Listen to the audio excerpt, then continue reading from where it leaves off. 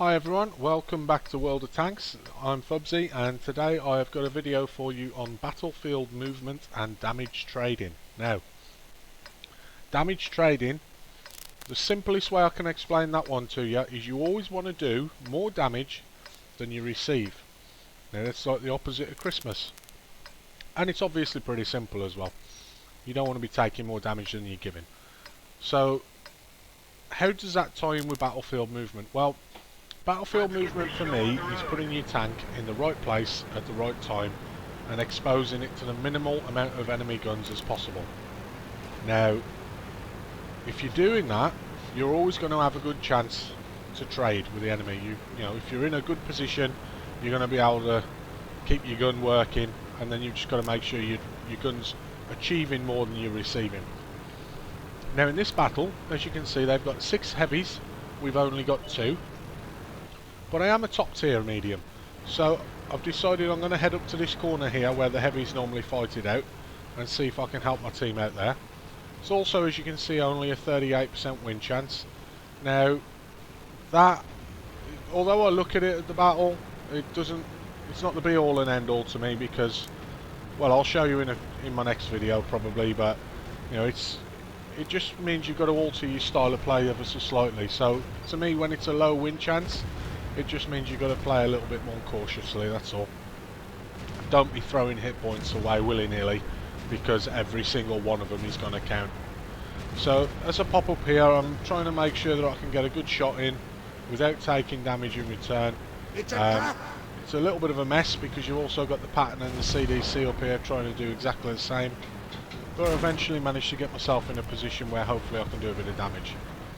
So now I'm just waiting for a tank to pop forward. There's always one, and the 110 duly obliges. Now he does put us 326 hit points down, but we managed to put 3 shots into him in reply for 1,235.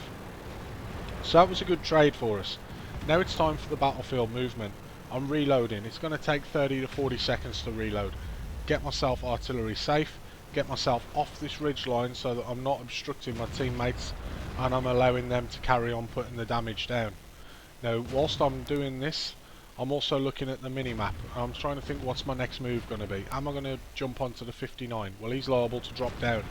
Am I going to go onto the Centurion 1? Well, he might have TDs supporting him from over here, so I've got to be careful there. Am I going to try and affect the heavies? Well, there's quite a big group of them. I don't really want to be exposing myself to 3-4 heavy tank guns. So I pop out, take out the Centurion 1 and then quickly drop back so that if there is any tank destroyers over here looking this way, then all of a sudden they cannot get a shot on me. Now the 59 did drop down as we thought he would do, and I was a little bit concerned about him coming around behind us or coming over this way. So I decide then to double back. Now this is again is your battlefield movement. React to what you can see on your minimap. So I could see that the 59 was posing a threat, so I drop back just to make sure that he can't see that threat out. He can't actually be effective in the game. And he's actually their best player as well if you look. He's a blue player. So by keeping him quiet, I'm doing my team a massive favour. Now the 61 that we spotted there, sorry, the Type 61 that we spotted there, we can't actually put any damage into at the minute because he's behind a hill. But the Tiger's been spotted out in the open, made a bit of a mistake in going out there, and we're able to put 3 shots into him without reply, as I think he rushed his return fire there and missed and hit the rocks. But again, battlefield movement. Whereas he's sat out in the open, I'm sat there only exposing a minimal amount of my tank rather than perhaps driving down by this bush where I would be out in the open and it would be a much easier shot for him. Now again, we're reloading, so stay artillery safe. Then we come away from the wall once we know that we're likely to be unspotted. Nearly reloaded, pop forward and start looking for the next target. Unfortunately, don't hit that shot. I was tempted to take a blind shot at the next one because I'd got a feeling I was going to get him, but in the end chose not to. And 59 now, I've got a chance to push forward and take him out the game, so decide to do so. Now, as you'll see, I auto-aimed that shot. I knew it was going to be a one-shot, but I'm now looking which of these two tanks am I going to go for? Well, originally I'm going to push on this guy, but then as I'm doing so I can see he's actually behind this rock, this hill here, and we've got 3 tanks there that are on top of him as well. So I changed my mind, decided to go up and try and get the Waffenträger. Now again, which way would you go? The Waffenträger was last spotted here, which is on the map about there. Now if I go this way, I've got the support of friendly tanks. If I go this way, I haven't. But the trouble is, if the Waffenträger comes round the back there, they're all going to be this side of him. If I go that way, I might get a flanking manoeuvre on him. So that's what I've decided to do. I'm going to go up this way, and if the other guys get there first and take him out, that's fine. It's not a problem. We're a team. You know, the aim of the game is to win. The Waffenträger comes round behind the ST1, takes him out the game. The WZ, I'm not sure what he did here, whether he miscalculated what he was going to be able to do, but he gets taken out the game, although he did do some damage. And I go charging in, although I wasn't actually loaded at the time, but I went in as quick as I could to try and make a difference. And I know I'm going to take a shot, but I've got the hit points left to be able to do so. So he does 623 damage, I managed to do 640 and take him out the game. Now, I hadn't realised that the gunner had died, so a bit of a silly mistake there, because otherwise I could have taken the artillery out as well. As it was, the artillery narrowly missed me, so I got away with that one. But now I'm just going to hide, I'm going to reload, I'm going to keep myself safe. Where'd they go? Ready to fire. It's a trap! Where'd they go?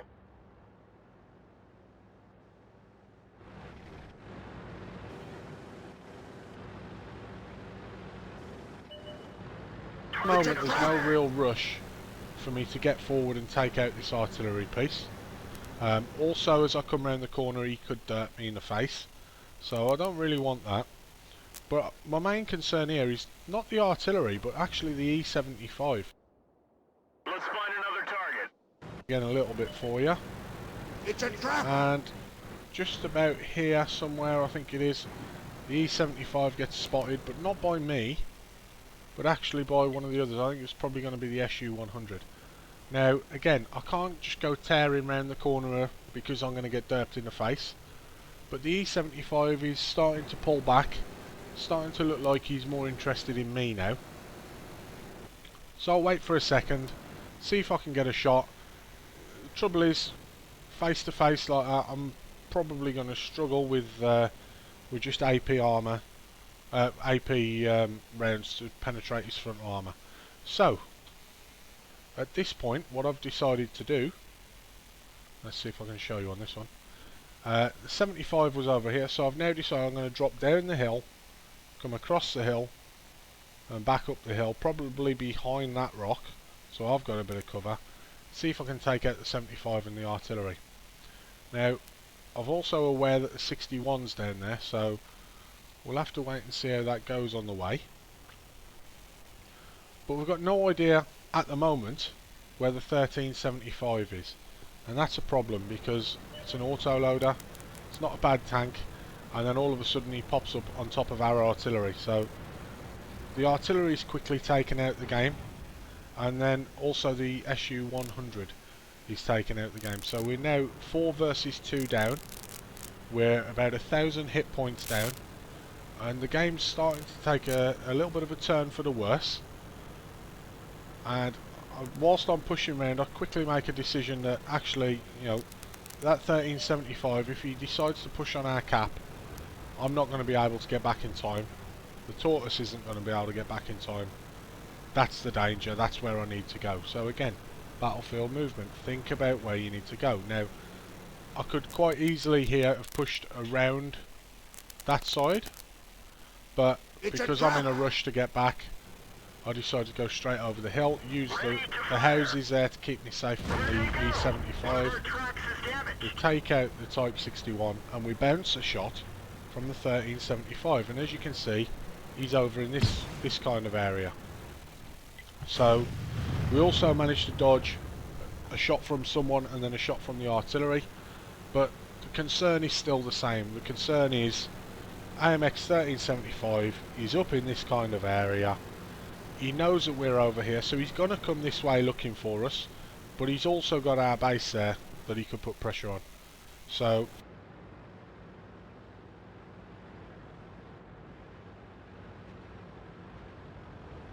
here using these bushes and these rocks in the hope that when he comes looking, or when he comes to put pressure on the base, that I can take him out. Now remember, Sixth Sense takes about 4 seconds to go off, so he comes forward, then obviously Sixth Sense goes off and he decides to duck back, but I'm able to take him out the game before he can react in time, before he can return fire. So we've now taken only 2 damaging shots, and yet look at all the shots that we've put back in return. So a great trade in the way of damage. You know, we took 950-ish damage and we've dished out over 4,200 already, and the game's not over yet. So we now start to push forward. I'm looking at the time by this point in the game. It's 4 minutes left. Now the reason I'm clicking on the map is I'm trying to tell the tortoise, look, if you're going that way, I'm going to go this way. I'm going to flank around so that we get either side of him. And then that E75 is, you know, he's in the land of hurt because he's got no hope. The M12 is out in the open, spotting, and I managed to take him out. And I throw in a reload. Now the reason I threw in a reload is because I want to make sure I've got all 4 shells ready for the E75. And I also swap over at this point, as you can see, to gold shells. Now that's because if I do run into him face to face, and with the time running out, then, you know, I've got to make sure that I can actually do the damage. Now, as it is, the E75 has decided to push down. So I now turn around when he's been spotted, and I start making my way over towards him. Now the tortoise, in all fairness to him up there, he's doing a cracking job. He's wearing the E75 down, and the tortoise is of course a very, very tough tank to damage from the front, especially if you can protect its lower plate. And I'm just really now coming over, trying to get on the sides or rear of the E75 so I can take him out of the game. I pop out, boom, good night Vienna, and we finished the game with 6 kills and just under 5,000 damage. So it was a real nice game, real nice game. To the end screen then, guys, as you can see, we put in a 6,153 W-uni game there with 4,917 damage. We picked up a first class mastery, a high caliber and a top gun. In terms of damage, we were top for our team and also top of their team we would have been. XP finished on top of that, and obviously with the kills as well. Interesting thing I wanted to show you here is if you look, he was their blue player, he played as a green, and their E75 they were calling a bot that was orange, played as a green. Their was it the wot-uni Panzer Fear, where's he gone? Oh, it's that one, wasn't it? You know, he was, I think, orange, he played as a purple. Tortoise was orange, played as a blue. I'm yellow, played as a purple. So, you know, don't take all the XVM stuff to heart. It's a rough guide and a rough guide only. As you can see, with a multiplayer we made a nice big fat chunk of XP. Nice little profit, and we hit 14 out of 18 shots, penetrating all 14. Yeah, so I hope you've enjoyed this one. I've got another video planned for you in the next couple of days. But for now, just take care and I'll see you soon. Bye bye.